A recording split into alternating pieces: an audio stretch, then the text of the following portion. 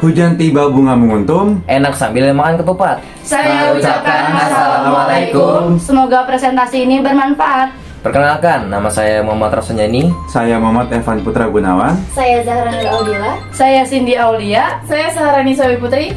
Kami dari kelompok 6, kelas 12 IPA 3. Di sini kami akan mempresentasikan materi mengenai kritik dan esai. Selamat menyaksikan.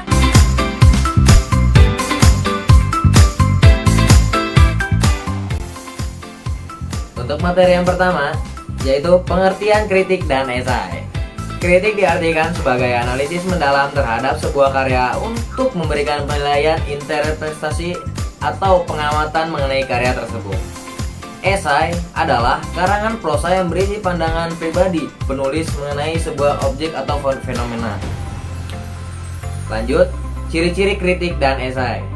Kritik, yang pertama, memberikan tanggapan terhadap hasil karya. Yang kedua, memberikan pertimbangan kelebihan dan kekurangan sebuah karya. Yang ketiga, pertimbangan bersifat objektif. Yang keempat, memaparkan kesan pribadi kritikus terhadap sebuah karya. Yang kedua, esai. Berbentuk prosa, singkat, dapat dibaca dengan santai dalam waktu 2 jam. Yang ketiga, memiliki gaya pembeda. Yang terakhir, membuhi keuntungan penulisnya. Terima kasih. Selanjutnya yaitu materi yang ketiga, ada struktur kritik dan esai. Struktur kritik dan esai terbagi menjadi 3 jenis. Yang pertama itu tesis. Tesis merupakan pendapat atau opini umum berupa pengenalan atau deskripsi karya dalam sebuah teks kritik atau pengenalan dan definisi umum dalam sebuah teks esai. Yang kedua itu ada rangkaian argumentasi, merupakan bagian dari teks kritik atau esai yang berisi pendapat penulis sebagai penjelasan khusus dari teks umum yang sudah dikatakan sebelumnya. Yang ketiga itu ada penegasan ulang. Penegasan ulang merupakan perumusan kembali secara ringkas mengenai tesis dari berbagai argumen yang telah disampaikan penulis pada 2 bagian sebelumnya. Selanjutnya, materi yang keempat itu ada langkah-langkah kritik dan esai. Langkah-langkah membuat kritik yang pertama yaitu memilih karya. Sebelumnya menulis kritik, terlebih dulu kita menentukan karya yang mana yang akan dibahas. Seperti menentukan pengarang, menentukan jenis karya, terus juga menentukan tema dan memilih judul. Yang kedua, itu ada melakukan interpretasi. Pada angka ini, penulis kritik menafsirkan makna yang ia dapat setelah membaca sebuah karya. Yang ketiga, itu ada analisis. Tahap analisis adalah penguraian bagian titik bagian atau norma-norma karya. Analisis karya dilakukan dengan menelaah mana yang menjadi kelemahan dan kelebihannya. Analisis harus dilakukan berdasarkan data yang terdapat dalam karya yang kita baca. Selanjutnya, ada langkah-langkah membuat esai. Yang pertama, itu menentukan topik. Dalam menentukan topik, kita bisa melihat isu-isu di sekitar titik seperti isu yang sedang terjadi, paling sering dibicarakan, terbaru, atau yang paling-paling dekat dengan kehidupan pribadi kita. Yang kedua, itu ada riset. Riset adalah tindakan meneliti, menggali, menyelidiki, atau menafsirkan suatu topik pembahasan. Selanjutnya ada membuat kerangka. Membuat kerangka yang tulisannya berguna agar pembahasan tidak melebar. Dan yang terakhir yaitu menulis dan menyunting. Tahap akhir adalah menuliskan esai titik sebelum disodorkan pada publiknya. Sebaiknya menyunting esai agar tidak terjadi kekeliruan serta meminimalisirkan kesalahan. Selanjutnya yang kelima ada tujuan kritik dan esai. Tujuan kritik yaitu memperbaiki suatu karya, memberikan penilaian secara objektif ilmiah dan berstruktur, bertujuan akademis. Yang terakhir ada bertujuan komersial. Tujuan esai yaitu meyakinkan pembaca, menerima pendapat penulis, memberikan informasi mengenai topik yang dibicarakan.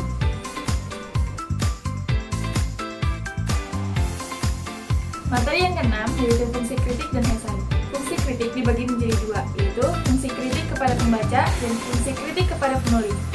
Fungsi kritik kepada pembaca yaitu menunjukkan keindahan dalam suatu karya, membantu memahami isi dari suatu karya, dapat dijadikan sebagai tolak ukur penilaian suatu karya, mendapatkan nilai-nilai yang terkandung dalam suatu karya. Fungsi kritik kepada penulis yaitu dapat mengetahui kekurangan serta kelebihan karyanya, mengetahui masalah yang dapat disajikan, serta tema untuk karya berikutnya. Fungsi esai yaitu memiliki fungsi untuk berdebat tentang suatu topik dan meyakinkan pembaca. Fungsinya mempertahankan sudut pandang subjektif dan pribadi tentang suatu subjek tanpa formalitas seperti dokumen atau bukti empiras atau deductible yang bersifat. Yang ketujuh ada kaidah kebahasaan kritik dan esai, yaitu menggunakan pernyataan-pernyataan persuasif, banyaknya menyiapkan pernyataan berupa fakta untuk mendukung dan membuktikan kebenaran argumentasi penulis, banyak menggunakan ungkapan dan pernyataan yang bersifat mengomentari atau menilai, banyak menggunakan istilah teknis yang berkaitan dengan topik yang dibahas. Nah, yang terakhir ada menggunakan kata kerja mental.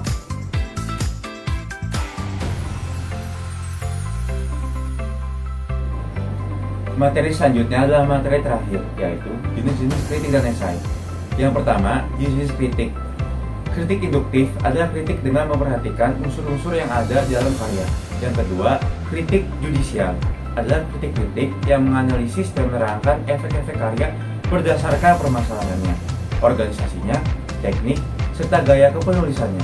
Yang ketiga, kritik impresionik adalah kritik yang berusaha menggambarkan sifat khusus dalam sebuah karya serta mengekspresikan tanggapan kritikus yang ditimbulkan secara langsung oleh karya tersebut. Berdasarkan cara kerja kritikus dibagi menjadi tiga. Yang pertama, kritik impresionik adalah kritik yang berupa kesan-kesan pribadi secara subjektif terhadap sebuah karya. Di sini, selera pribadi amat berperan. Yang kedua, kritik penghakiman adalah kritik yang bekerja secara deduktif dengan berpegang teguh pada ukuran-ukuran tertentu untuk menetapkan apakah sebuah karya itu baik atau tidak. Yang ketiga, kritik teknis adalah kritik yang bertujuan menunjukkan kelemahan-kelemahan tertentu dari sebuah karya agar pengarangnya dapat memperbaiki kesalahan-kesalahan di kemudian hari. Selanjutnya, jenis-jenis esai dibagi menjadi 7. Yang pertama, esai deskriptif. Esai jenis ini dapat menuliskan subjek atau objek apa saja yang dapat menarik perhatian pengarang. Yang kedua, esai tajuk. Esai jenis ini dapat dilihat dalam surat kabar dan majalah. Yang ketiga, esai cuplikan otak. Esai ini memperbolehkan seorang penulis memberikan beberapa segi dari kehidupan individual seseorang kepada para pembaca. Yang keempat, esai pribadi. Hampir sama dengan esai cuplikan otak, akan tetapi esai pribadi ditulis sendiri oleh pribadi tersebut tentang dirinya sendiri. Yang kelima, esai reflektif. Ditulis secara formal dengan nada serius. Dan yang keenam, esai kritik. Dalam esai kritik, penulis memusatkan diri pada uraian tentang seni, misalnya lukisan tarian, pahat, patung, teater, dan kesusastraan. Burung dara burung cendrawasih Bisa dicari dulu di Papua. Cukup sekian, terima kasih. Semoga bermanfaat untuk kita semua. Wassalamualaikum warahmatullahi wabarakatuh.